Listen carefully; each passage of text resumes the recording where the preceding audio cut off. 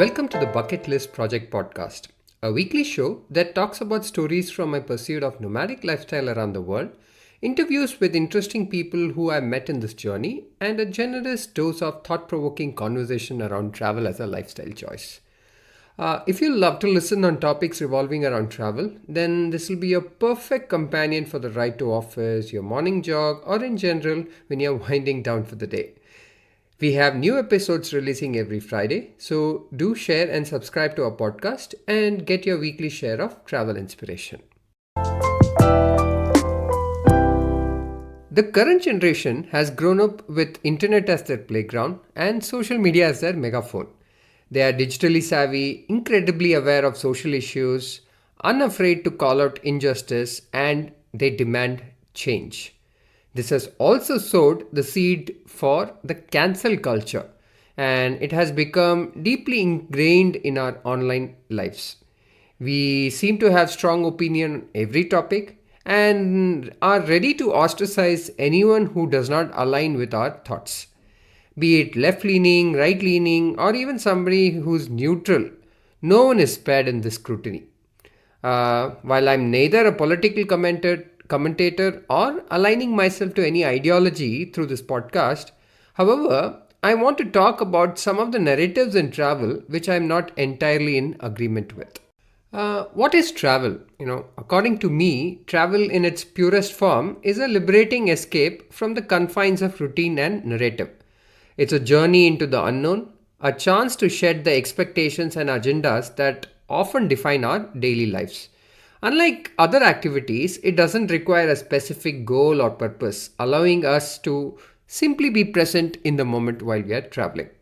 This agenda-less nature of travel is precisely what makes it so transformative. Without the pressure to achieve or conform, we are free to explore the world with open minds and hearts. We can lose ourselves in the beauty of a foreign landscape, engage with unfamiliar cultures, and connect with people from different walks of life. However, in today's cancel culture, dominated by agendas and narratives, you are being conditioned to think a certain type of travel is not cool at all. But is that right? Who decides what is right or wrong when it comes to travel? Hi, I am Srinath Shankar, your host, a Padi Scuba instructor, co-founder of Pick Your Trail, India's fastest growing leisure travel brand, a digital nomad, and a slow travel proponent. Today's topic of podcast is Travelers on Trial, a candid conversation about cancel culture in travel industry. I'm going to talk about 5 hotly debated and cancelled trends in travel and its merits. This is probably the first time I'm taking a very opinionated stand on a public forum, which is unlike me. However, I will just try normalizing some of the cancel culture topics and hopefully not cancel the folks who are against this. Imagine how oxymoronic it will be if I cancel a section through this podcast. Anyways, shall we get started? I'll begin with debunking the most popular cancel narrative that is going around. A true traveler plans everything on their own and never goes on an organized tour with an agent or a fixed departure group trip. Whenever I hear this narrative, I see a contradiction in it. In my opinion, the independent traveler versus organized tour narrative is a false dichotomy. Even the most independent traveler who subscribes to this narrative chooses a hybrid approach in their travel itinerary, combining some elements of pre-booked tours or activities. Can you tell me convincingly, as an independent traveler, you have never taken a pub crawl or an interesting guided historical tour or a pre-organized adventure activity or borrowed an itinerary from your friend, family, or the person that you follow on Instagram? Even the latest trend of traveling with a trip leader in some sense is a organized tour. As I said in the beginning of this podcast, travel is all about being in the present, right? So whatever helps you soak in the present is an aid and never a deterrent robbing you of the joy of travel. For an elderly couple, a fixed departure group tour probably gives them the sense of familiarity and safety. It is probably an avenue for them to make new friends when loneliness becomes their largest fear. It gives them and their family a sense of security, knowing what is planned for each day. At that age, Even dietary experiments may not sit kindly with your body. All these organized things help them stay in the present and experience the joy of travel at that particular age. Moving on, if you might be a busy couple or even a family, time becomes a luxury due to work and the family commitments, or for an honeymoon couple, even the wedding event is a very very busy affair, right? It may leave you with no time to plan things on your own. Does that mean they cannot be true travelers? Taking help from a travel professional makes them no less an explorer, and wanting to experience the foreign landscape is an equal desire that they have the right to explore. Organized trips can give you structured framework to reduce the unknowns, professional guidance, logistical support, catering to your interests, and in case of group departures, even offer you interesting group dynamics.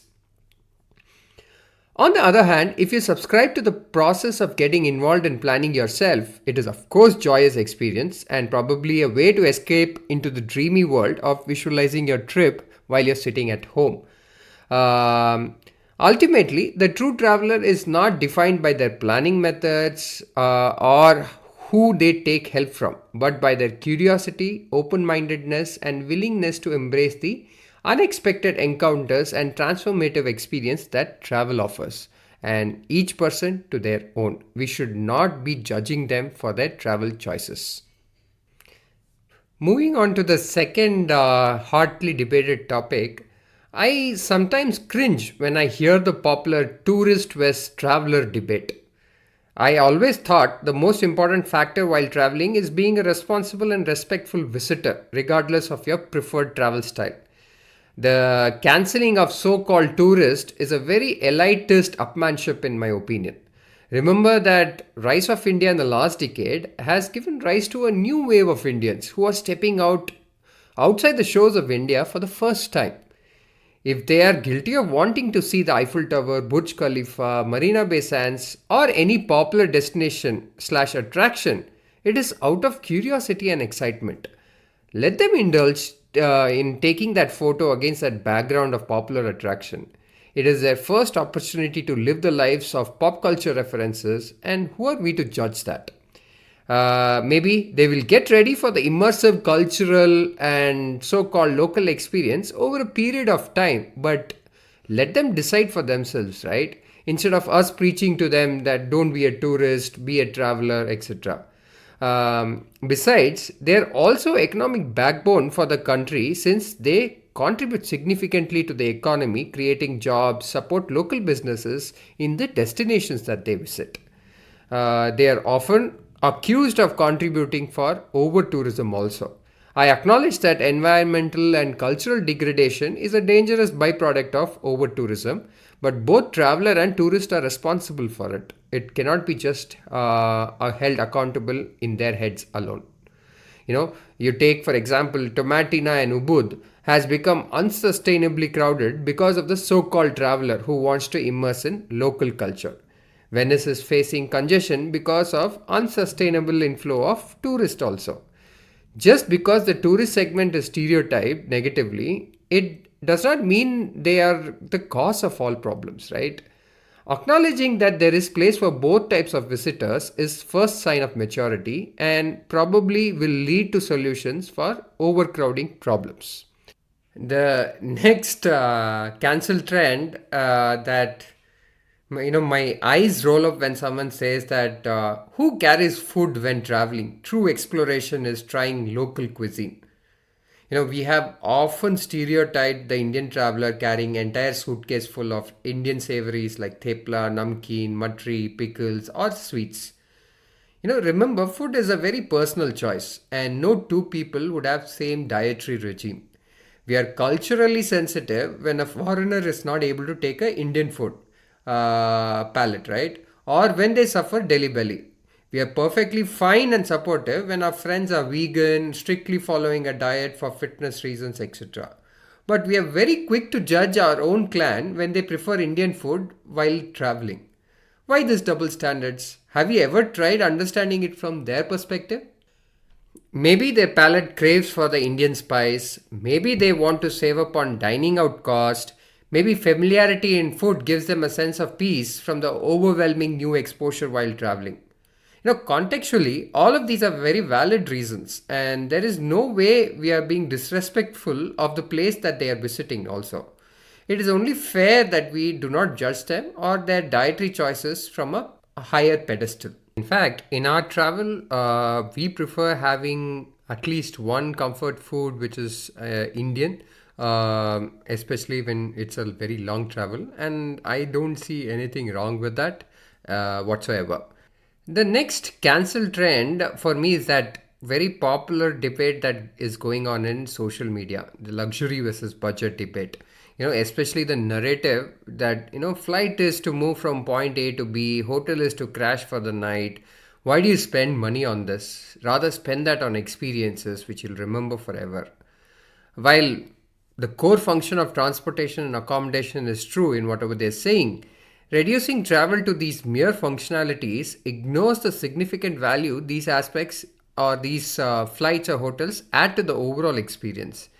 They can be an experience by themselves, right? I can give multiple examples when it comes to flight itself.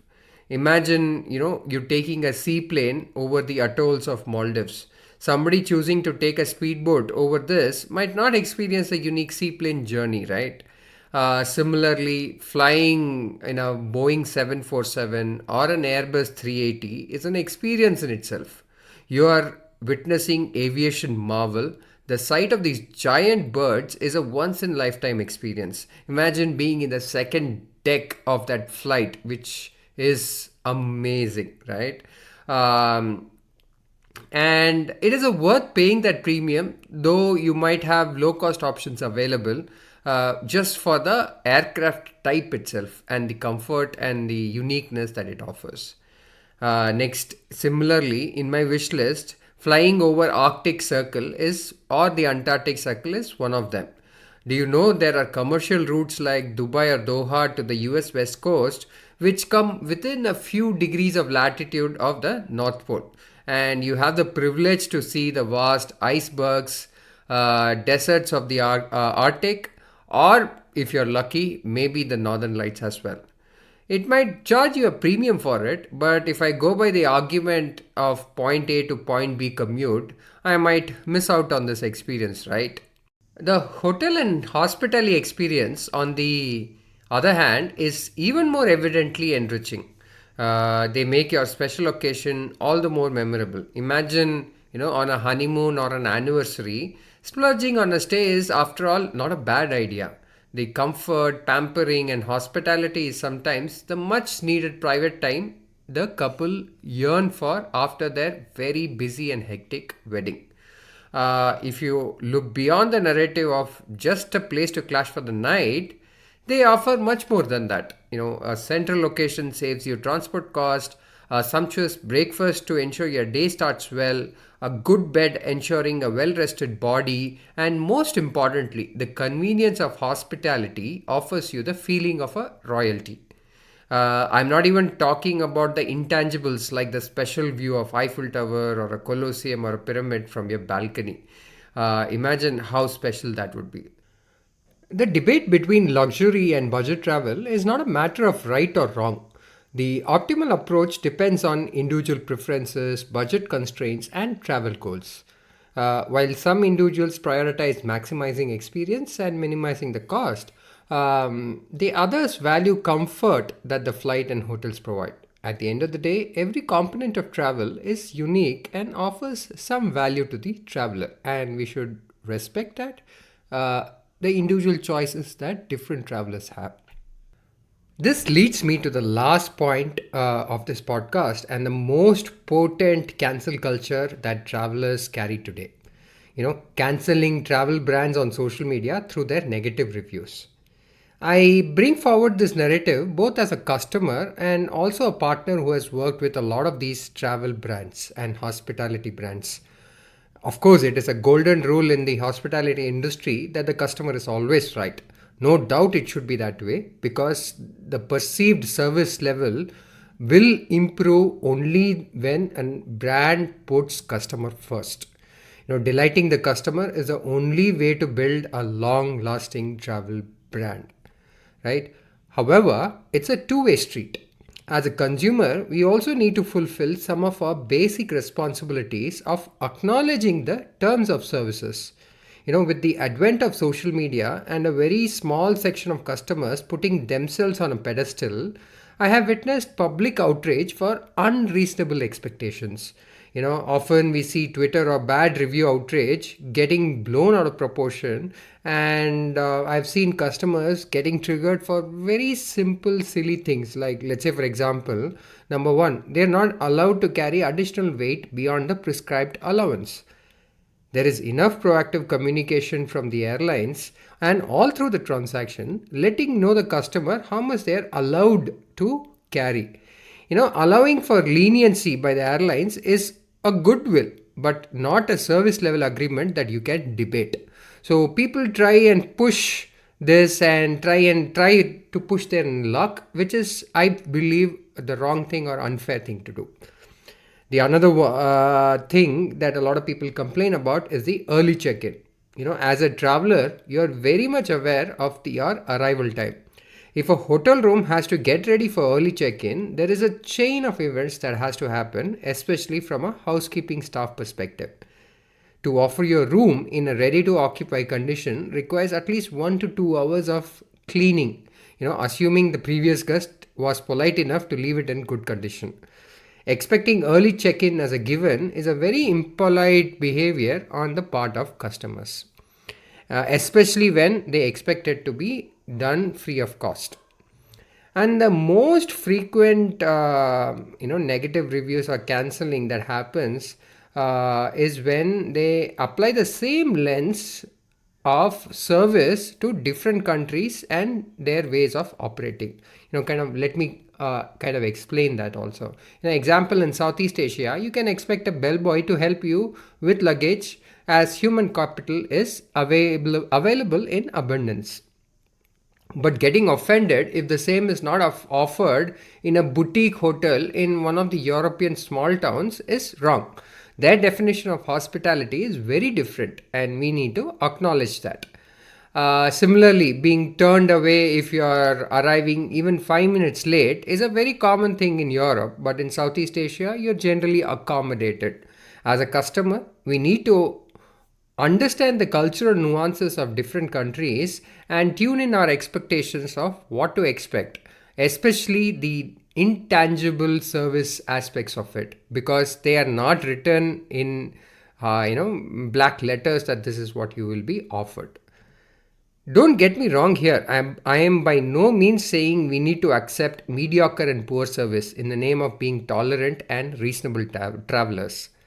But we need to read the terms of services and the cultural nuances of what is expected and what is not when we interact with the various brands. Being offended if they do not go above and beyond puts us as a privileged lot seeking unrealistic validation. The cancel culture has become a dominant force in the contemporary discourse. While it aims to hold individuals accountable and promote social justice, its unintended consequences sometimes can, completely destroy a brand which is very authentic or which is very honest. And this toxicity is very harmful. Travel is supposed to bring joy to both customers and the hospitality brands that fulfill this experience for you. Constructive criticism and honest discourse in your objection is a very important aspect to make traveling better for the next generation. So let us use it wisely and cancel the negativity collectively as a group. This wraps up this episode of the Bucket List Project podcast. Hopefully, the viewpoints presented in this episode is taken in the right spirit, as I've just spoken about things I have witnessed and it is a very personal opinion. If you liked what you listened to, then subscribe to this podcast, which is available both in Spotify and Apple. So I'll see you next week, and until then, have a great time.